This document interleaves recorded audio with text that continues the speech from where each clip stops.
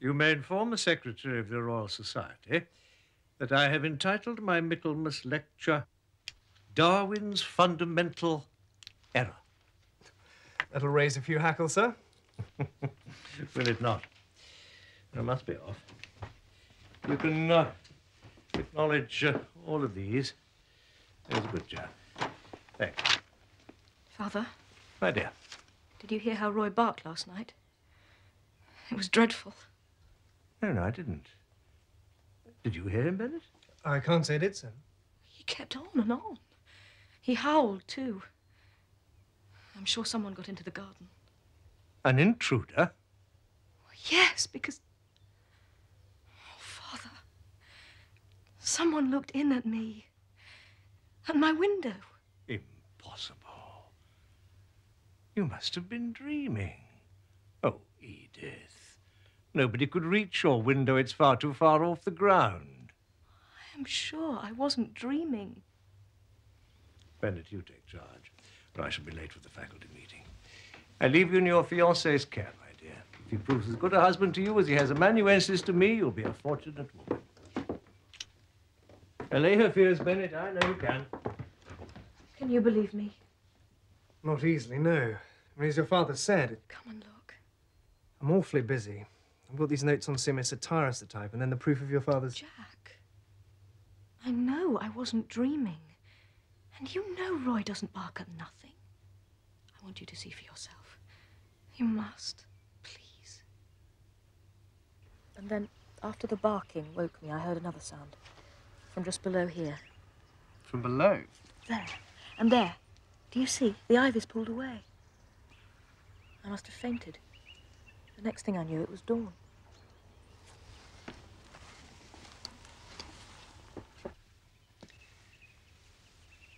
You're quite certain you didn't dream this, Edith? Quite. Jack, I insist you believe me. Very well. And that you inform Sherlock Holmes of the facts. Oh, darling. Or I shall reconsider our engagement. But why?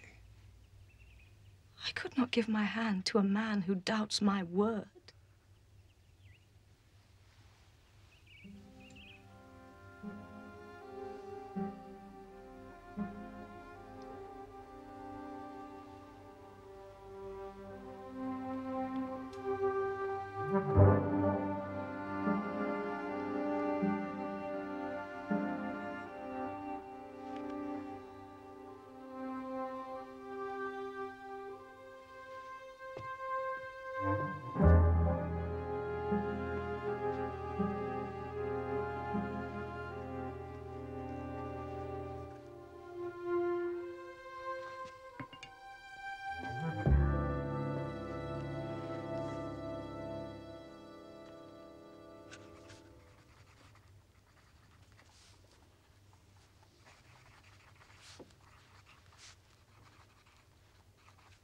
Watson, come at once, if convenient.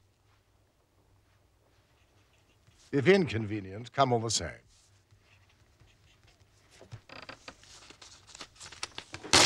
Holmes, I got your note, and it is inconvenient. Damned inconvenient. Your old wound is troubling you. No, I prefer to differ. Your step was uneven on the stairs. I have a full surgery, Holmes. You must excuse a certain abstraction of mind, Watson. I see. It's a tangled scheme. I've been looking for a loose end which might unravel it. One such might reside in the question, does Professor Presbury's daughter wake or dream? I'm summoned here for no more than this. You've heard of Presbury? Of course, who hasn't? He's our most distinguished natural scientist. She's a widower with one daughter. She insists someone appeared at her window last night. Miss Presbury's bedroom is on the second floor and is completely inaccessible to even the most agile cat burglar. Read this. Arrived by the 1 o'clock post. Ah. The author already arrives, ahead of his time. A most precipitate young man. Mr. Bennett, my friend and colleague, Dr. Watson. How do you do? Mr. Bennett? Please sit down. No, forgive me. Mr. Holmes, I fear I've made a grave error of judgment. I should not have been in touch with you at all. I've wasted your time entirely. You discovered a rational reason for Miss Presbury's fears. No, I can't say that. Well, it's a delicate matter, but I must beg you to proceed no further. I can, of course, recompense you. Mr. Bennett, your letter was less than frank, was it not? I set out the facts. Not all, I suspect. Probably out of loyalty to your fiancée, Miss Presbury. You're aware of that? As I am of your employer's engagement to Miss Alice Morphy, the daughter of the famous comparative anatomist. She resides next door to the Presburys, does she not? How do you know of the engagement? The Times, July the 1st, September the 5th, respectively. Mr. Holmes' memory is of a photographical order. Quite so. Oh, dear. Mr. Bennett, I do appreciate your predicament. As a scientist and a rationalist yourself, I dare say you're reluctant to accept the evidence insisted upon by Miss Presbury. Further, as a father's trusted assistant, to have recourse to me must smack to you of disloyalty.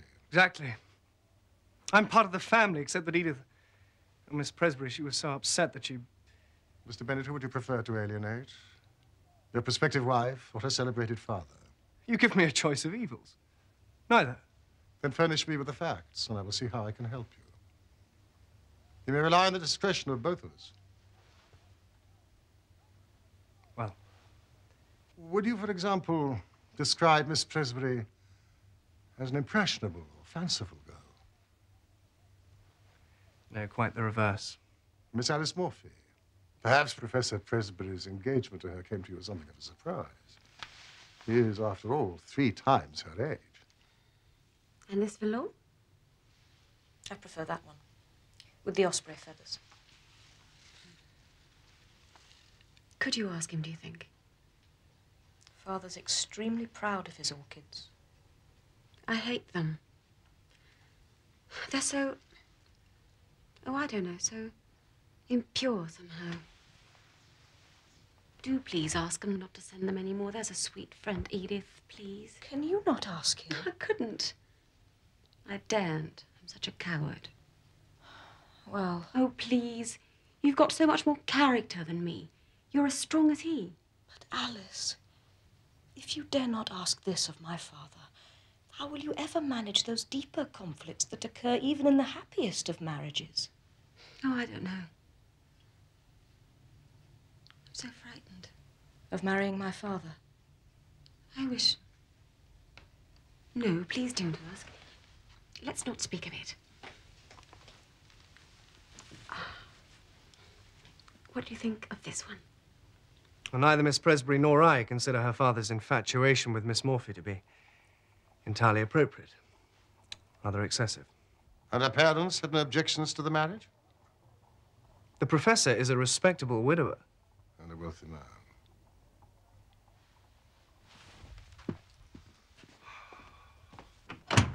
When may I call? Call? To view Miss Presbury's window. To determine for myself its accessibility or otherwise to an intruder. Shall we say 11 o'clock tomorrow morning? Professor Presbury will be at his college. That's of no matter. At present, my inquiries are purely logistical. I have never had any secrets from the professor. Mr. Bennett, let me refer you to your first question, which you have in fact answered. You're more inclined to Miss Presbury's party than you are to your employers. Yes, I dare say. Thank you. Good day. Good day.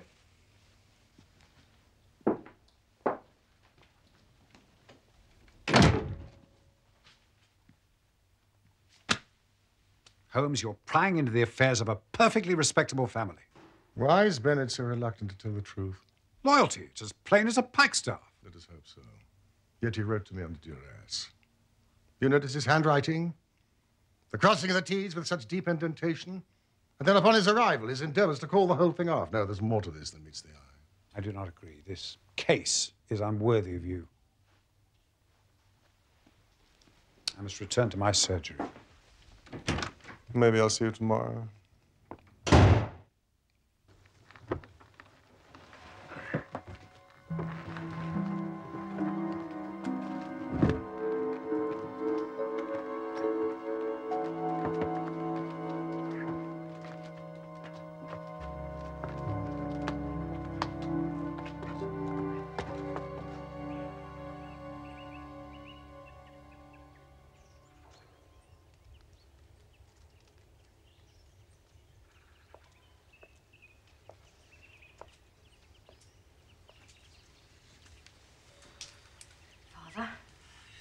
My dear, I trust you slept better. Oh, yes. Last night I removed to the guest bedroom. Oh, no need, surely. It was but an ugly dream. Father, Alice has asked me. Yes? The truth is, she does not care for orchids. She doesn't? Well, why did she not say so? She was afraid to. You forget how formidable you are, Father. The silly girl. Well, then she shall have roses.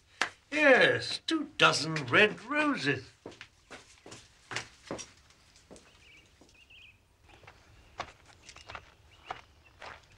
Roy was quiet enough last night. Not to rouse him, sir. Docility itself. Marked change, MacPhail. Aye. He's grown accustomed to his shackles. The poor beast.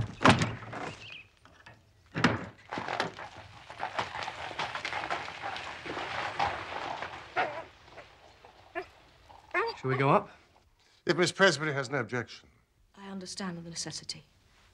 Let us lead the way, my dear.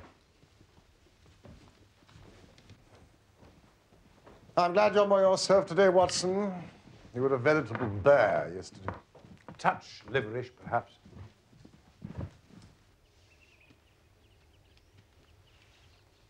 This is where the figure appeared? Yes. There's no ladder on the premises that could reach this height. No. Was the window ajar? Yes. I keep the door locked. Did the hand touch the window pane? I don't know. I fainted. Of course you did. Of course you did. No, it's a formidable elevation. Yet the ivy is strong. Hedera legriensis. Torn away just here. Ah. Miss Presby, your father has returned prematurely. No, he mustn't know you're here, Mr. Holmes. That can scarcely be avoided. However, let us go down. The back stairs? Certainly not. Bennett! What did you do in my lecture? Who the devil are you, sir? Father, I'm sorry. Mr. Sherlock Holmes. Who? The detective. Professor Presby. My card.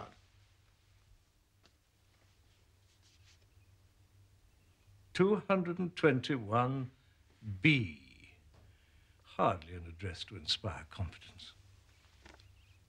I have never sought to inspire confidence in others. I have quite enough of my own. May I introduce my colleague, Dr. Watson? Certainly not. You may leave at once, the pair of you. Father, they are here at our request. But not mine, Edith. And you, Bennett. You should have consulted me before resorting to such methods. A common detective and his accomplice. Really. Now, sir, allow me to escort you from the premises. My assistant had no authority to engage you in this matter. Kindly inquire into it no further. Should you persist, I shall have no hesitation in calling the police. This trade of the yard is well known to me, so beware. I would not hesitate in calling Lestrade, Professor, if you wish to have the mystery solved.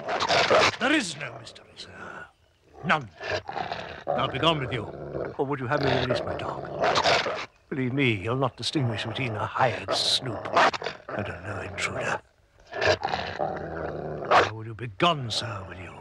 We shall, sir, we shall. But you're over the mark. Kindly watch your words. As agreed, despite their ferocious appearance, such dogs are seldom vicious. I'm surprised that Roy needs chaining at all. Unless it is for your safety as much as I.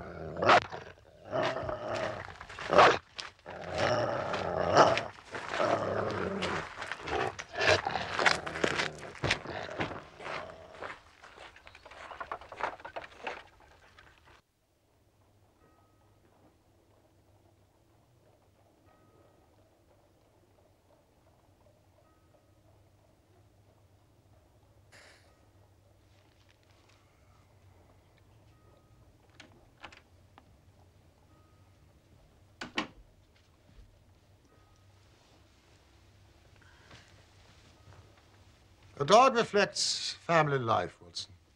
Does it indeed? Who ever heard of a frisky dog in a gloomy home? Or a sad dog in a happy one? Snarling people have snarling dogs. You observed the Presby's Irish wolfhound as well as I? He growled quite as much as his master as it did us, two complete strangers. That animal did not reserve its animosity solely for the professor. Well, we'll seek verification from young Bennett when he arrives. I sent word by way of Jock MacPhail after our meeting at the Goat and Compasses. Another of your agents, Holmes? The Presby's coachman. He has charge of Roy. I joined him last night for what he calls a wee Goldie. Now, here's Bennett, precipitate as ever. Come in! Good morning. Mr. Holmes, Dr. Watson, I must apologize for your unfortunate encounter yesterday. But also... There's no need. In fact, it has provided the very first clue to this odd affair. Do sit down. Thank you. Mr. Holmes, I cannot pretend I'm happy to have answered your summons. Of course. And I continue to appreciate the division of your loyalties. It's no small wonder that you have withheld so much.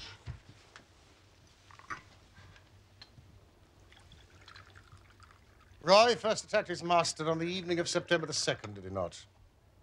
How can you know that? As the professor came from his study into the hall, you restrained the dog. On this occasion, he was merely shut up in the scullery. Next morning, he was as right as rain, or so MacPhail informs me. MacPhail? Who better than the family coachman to advise me how matters might truly stand? Forgive me, Mr. Holmes, I should have told you myself, but... But you didn't. The second attack occurred 13 days later. Again, the professor was in the hall. Fortunately, this time he was able to put the study door between himself and the altered animal, was he not? Edith wanted Roy chained from that moment. But her father overruled her. He insisted that he was still a dear, affectionate dog, that he wasn't congenitally vicious. But not after the third attack. No, he did agree then that he had to be restrained. And Roy was banished to the chain in the stable yard. Yes. MacPhail believes that the change in Roy's behavior stems from about 2 months ago. I think it may have. I didn't keep a strict note of it. Consult your fiancé, Bennett, and MacPhail. The precise log of these events may yet prove pertinent. I observed that the professor lectures at the university at 2 o'clock this afternoon. I shall call then. No! I couldn't possibly agree, no! Bennett, Miss Presbury did not dream. Someone or something looked in upon her. It is my conviction that your fiancé is in grave danger. From whom? No, sir. From whom? Or from what?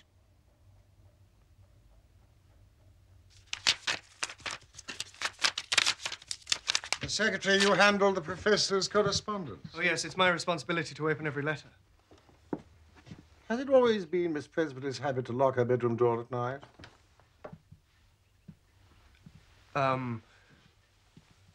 No. Well, she told me that Yes? it was after Roy began to behave so strangely. That she too became afraid of the dog? Mr. Holmes, you mustn't touch his desk. Bennett! Thank you.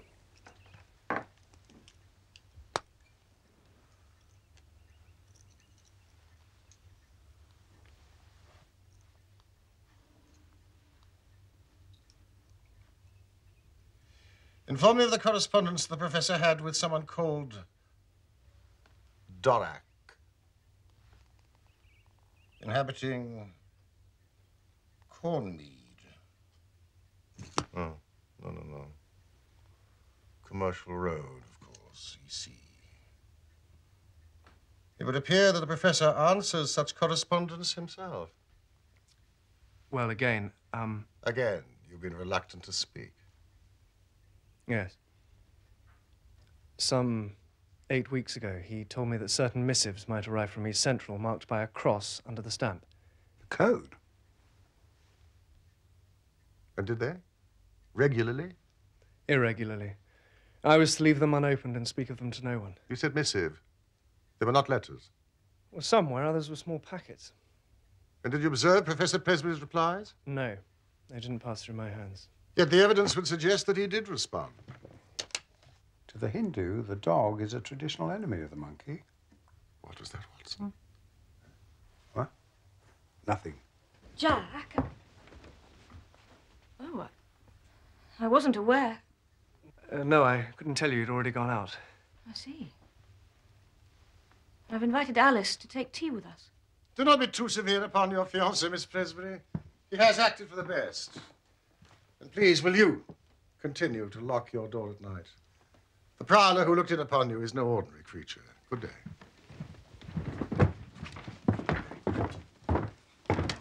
Jack, you shouldn't have brought him in here. I didn't want to, but he insisted. He says there's grave danger. Was that Sherlock Holmes? The Sherlock Holmes? Your observation goes to the very heart of this business, Watson. Observation? Concerning the monkey and the dog, the very heart of it. Ah, you think so? If you be so kind as to accompany me to the university, you can drive on to the commercial road, inquire after Dorak. That's not an address, Holmes. The commercial road's a mile long from Aldgate East to Limehouse. Then ask a costermonger where Dorak's shop. Shop? Come on, Watson, I'm going to be late.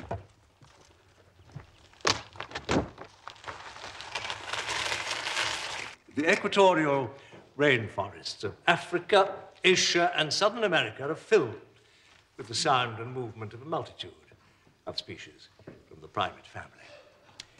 To conclude, therefore, this physical activity, the swinging amongst branches, the flying leaps from treetop to treetop, and loud, raucous calling, not only defines territorial rights in the forest, for example, for food gathering, where the tender shoots of tree and shrub are particularly prized, but also is frequently, among the males, a ritual display, either to ward off unwelcome intruders or to impress a particular female with the sexual potential of the performer. Thank you, gentlemen.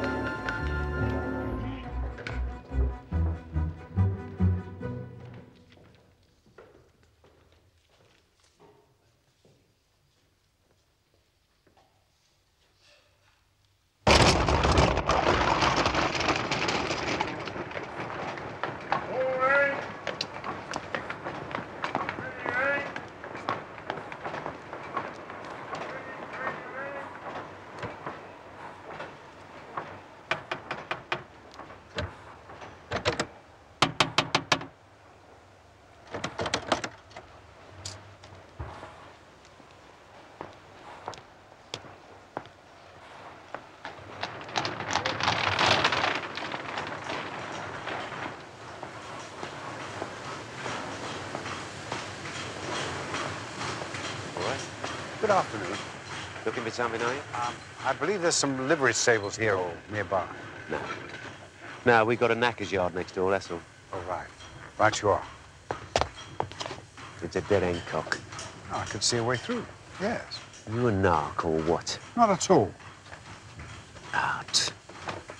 I'm sorry. I said out.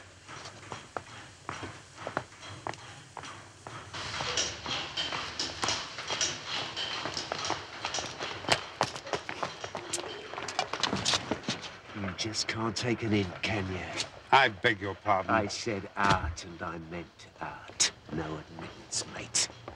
These are commercial premises. What do you mean by that? I mean it's a shop. Well, it must be early closing day. This is ridiculous. Is it?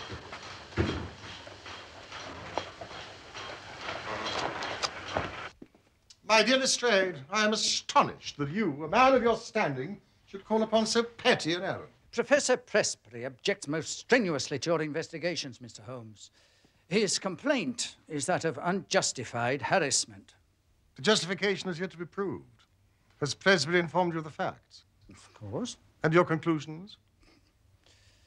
A girl, half asleep, mistook a cat or a bird or both for an intruder. That's all. Trifle. Such a simple explanation. However, it begs the question of the family dog, does it not? Does it? What dog? Presbury did not mention Roy's part in this affair. Strange. Clearly a partial witness. I suggest you ask him. You're not in full possession of the facts of this complex case. Trust you to say there's more to it than meets the eye, Mr. Holmes. I never concern myself in anything without that stimulus. If you persist, you may find yourself at the wrong end of a private prosecution, you know. Professor Presbury is a determined man. Then we're fairly matched, are we not? I knew it. Well, I've said my say. Mr. Holmes. Strange.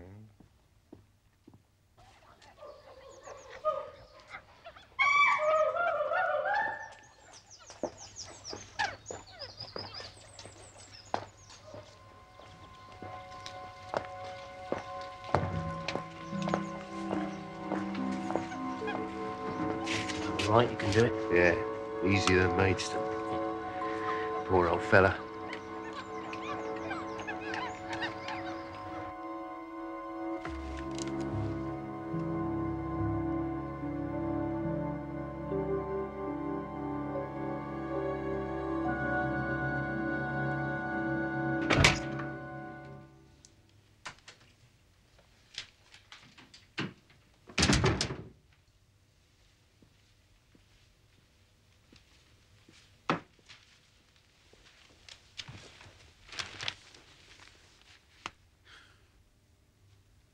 $144. Hmm? Commercial Road. Oh, you located Doriac. Good. He appears to run a general store, as far as I can tell. He sells everything from flat irons to fish hooks. Can you be more specific? Well, can't be a very prosperous business. Why not? Because the general public are not allowed in. Did you discover anything else? Apart from being threatened by an unhelpful brute in an alley at the side, very little. He obviously works there because he followed me back to the shop and threatened me again. Oh, there was another fellow, sharply dressed, loud waistcoat, with a moustache. Sherlock? Yes. Yes, he did. Sounds like Harry Wilcox. More usually of Soho Square than the East End. Anything further? No, not really. Except the smell. There was a very odd smell about the place. Well, what? It's not easy to say. It belonged to the animal kingdom. Straw, stables? More like a zoo.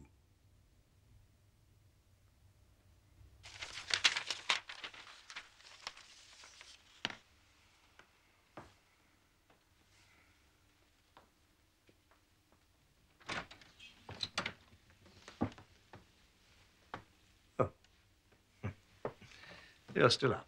Yes, sir. I thought I might finish these proofs. Very conscientious of you, but no, you get to bed. Oh, I'd rather not, sir. I should like... Get to bed. Go on with you. Yes, sir. Very well.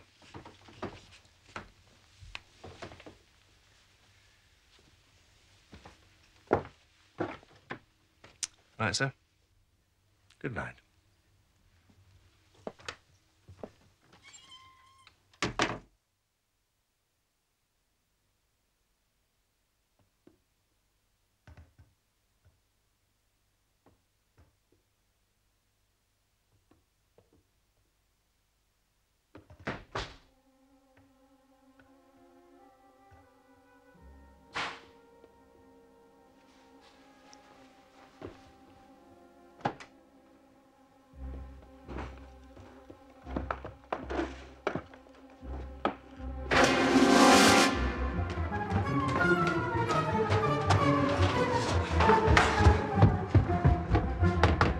Darling, wake up, it's me!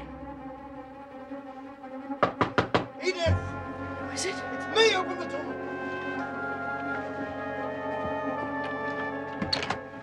What is it? I saw... I can't describe. The intruder. We must rouse your father.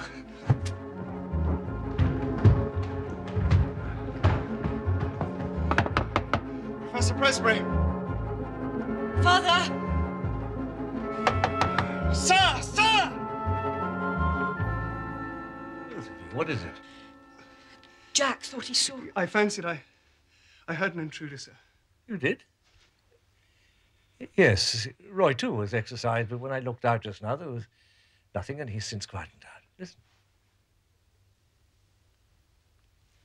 But you thought you saw...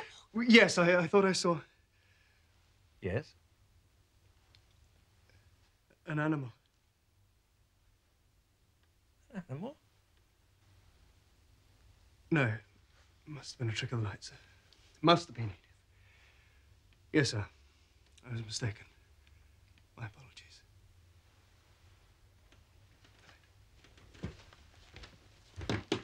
Bennett, Yes, sir. get some sleep. That's a good chap. Yes, sir.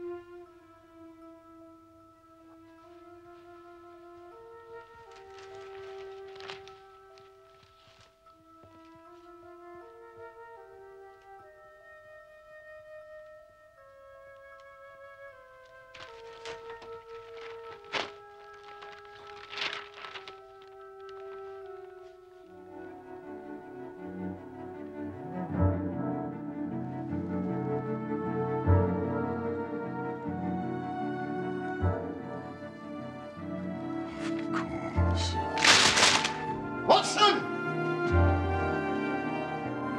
Watson! Watson!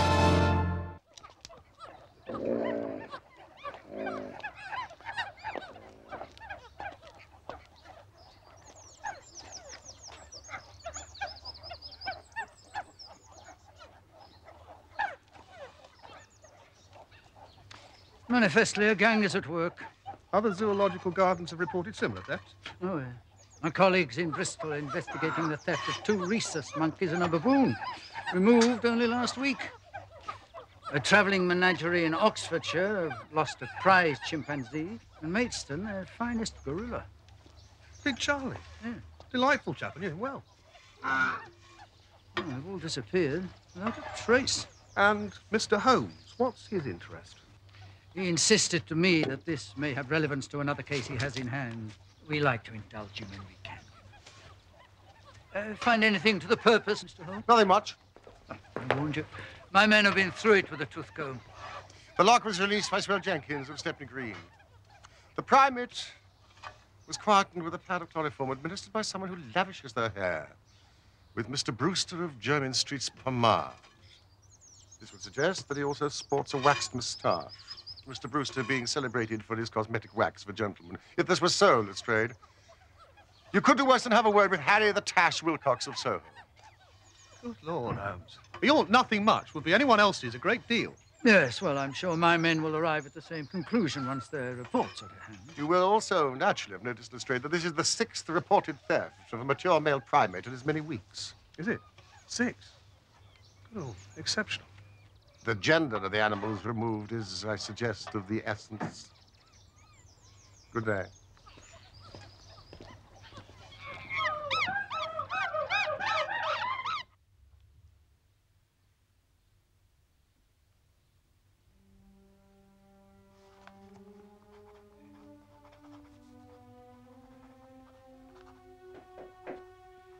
Come in.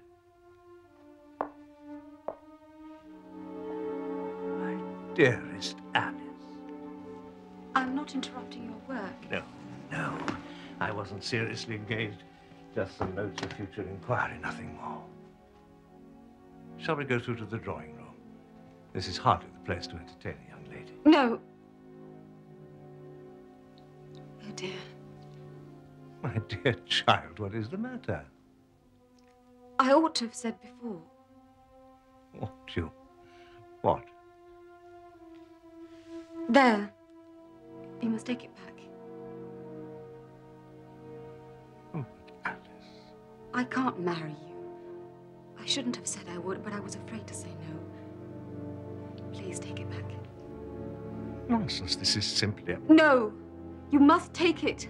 There. I'm sorry. Alice! No! You're old. You're too old.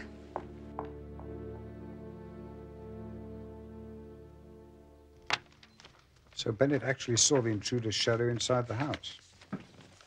But upon investigation, could find no further trace. You must get first to him by way of the butcher's boy. Are you coming? Where to? Dorac's Emporium. A specialist past Swell Jenkins took such pains to guard against you. Are you game? Delighted. You go armed? Always carry a firearm east of Aldgate, Watson.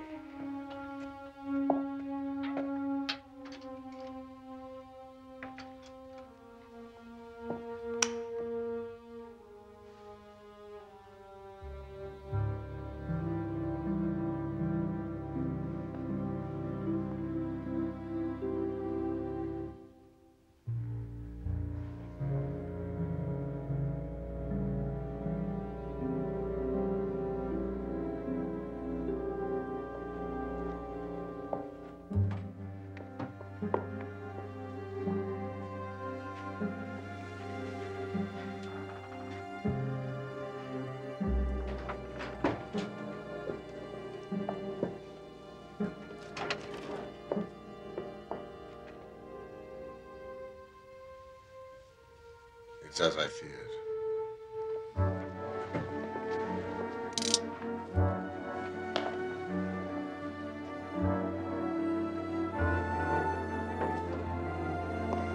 We was reckoning on a visit, Mr. Holmes. Wilcox! Jenkins.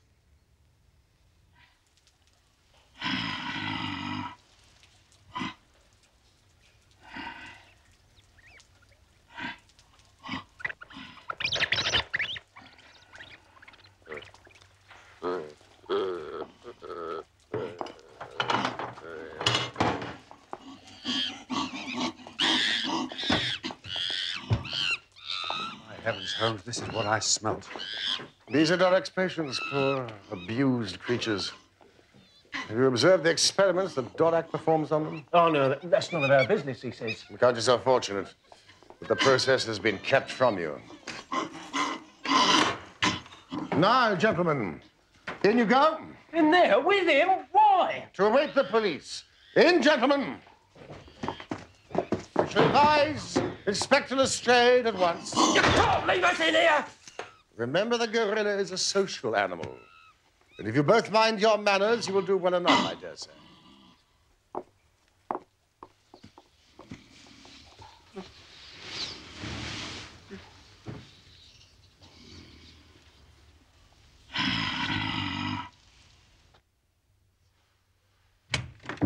Ah, Mr. Bennett and Miss Pressley.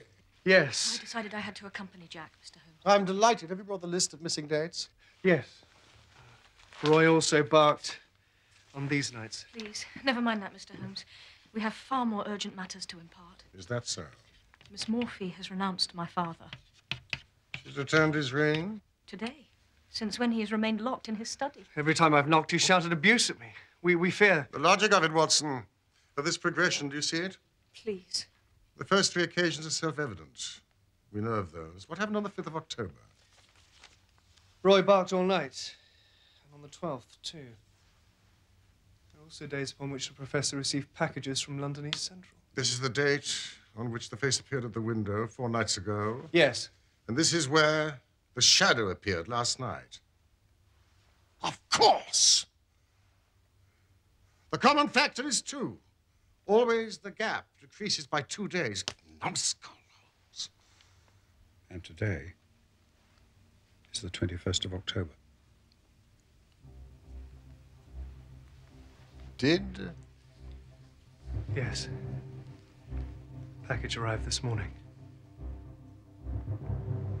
The crisis is upon us. Last night was but the precursor. Come, we must go at once. Come along. I'll explain on the way.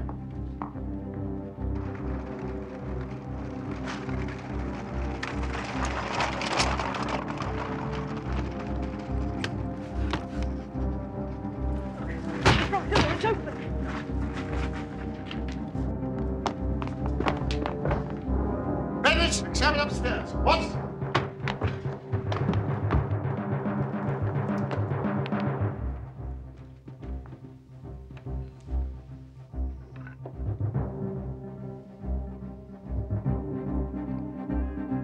I thought as much. Did you hear, Mr. Holmes? Too well, Miss Pressley, too well.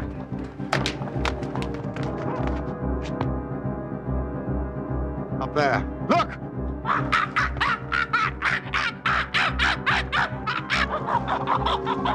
heavens, Holmes, you were right.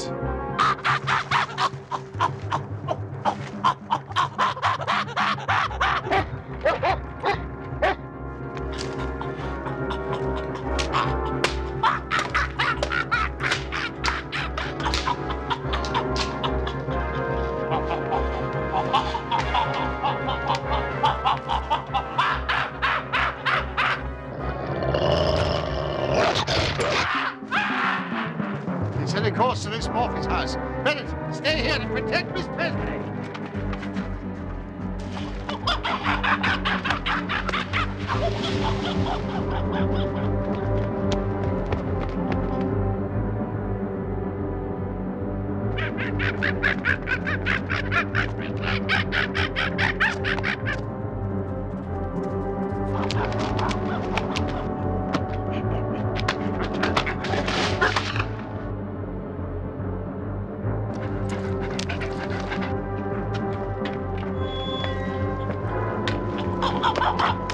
He's aiming for that balcony. Locked. Then in this high spring.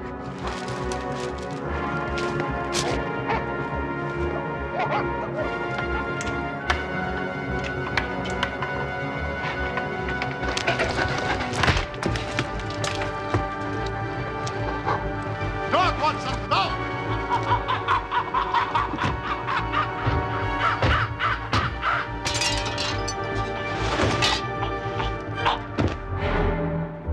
Stay away. Please, stay away.